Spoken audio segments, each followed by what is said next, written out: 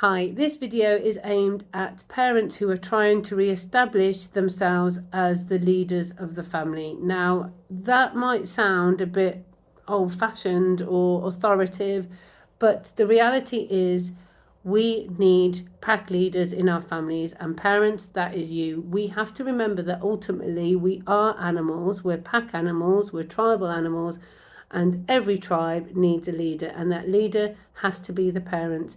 Children will try to push limits and boundaries and try to fulfill that role of leader, especially if it's not really fully established. But the problem is they don't have the mental, the emotional, or the physical capacity to fulfill that role. And if they are allowed to feel like the superior member of the family and not understand where they are in the hierarchy, that is not going to bode well for their mental health. It's going to fill them with anxiety. They're not going to feel safe and secure in that family unit, and it's not going to bode well for any member of the family. So this technique that I'm going to teach you now is a very simple way to re-establish parents as the leaders of their little pack. So what I've done is come up with a 4-step plan to get things back on track in the family dynamic. So the 4 steps, when you put them together, they spell out the word cure. This is not saying that this is a cure for all your parenting problems and everything's going to be okay. This is simply a good way of remembering it. And if you can follow these 4 things, you will notice some very positive changes very soon. So the first one is consistent. You have to be consistent. Whatever your limits are, whatever your expectations are, you have to be consistent. And if children are not following them and not respecting them, then there has to be consequences.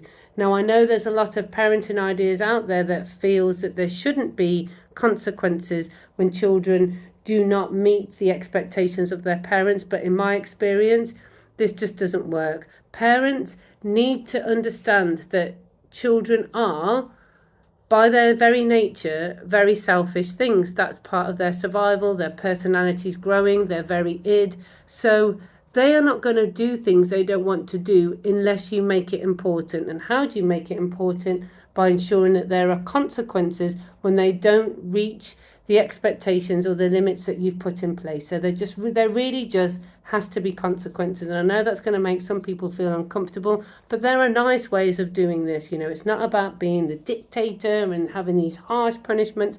There are nice ways of doing this, and I can help you with this if you're not sure. So the second one is united.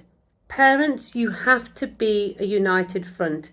I've seen parents try this good cop, bad cop approach, and it just doesn't work because the children will play you off against each other and manipulate you. So you have to be a united front. Now, this doesn't mean that you have to agree on everything and somebody always has to be conforming. You are bringing your own ideas, your own energy to the parenting dynamic, and that is fine. But when you are not aligned and you need to discuss different ideas, make sure you don't do it around the children. So the children always see one set of parents. That is it. Mum and dad are one set of parents, one united front. And if something's happening that one of you doesn't really like, then find a quiet moment to sit down and discuss and compromise when your child isn't around. And then you can be confident together, and then you must be assertive in what you've agreed together. So the third one is respect. You need to have their respect. If they don't respect you, they're not going to listen or even want to implement all of these things that you're trying to teach them in order to prepare them for the world. So you have to instill respect in them, and it has to be mutual. You have to respect them too. So how do you then maintain that respect? By responding to them with your rational part of the brain. There are going to be moments when they are angry and they are grumpy and they're not really behaving in a way that you like, but you can't match their energy. You have to be the calm, in control, positive influence in their lives, and you must respond to their emotional outbursts, not react and go down to their levels. So respect is key, and that is how it's maintained. And then the final one, engaged. You must be engaged with them. You must be present in their lives. What are they interested in? Who are their friends? What are they up to? particularly what are they doing online. The online world is a massive, massive challenge and problem for us as parents, but also for children. And I'll be doing lots of videos on this particularly, but for now, just be really aware of what they are doing, and not just online, but in their lives, and just be part of their everyday lives, involved in what they're doing, not in an interfering way, not in a controlling way, but just in an interested, I'm curious, I want to know who my child is. So if you can follow these 4 steps together, united as parents, I am sure you will soon see some real positive changes in your family dynamic, in how you feel as a parent, and in your child or children. Thank you.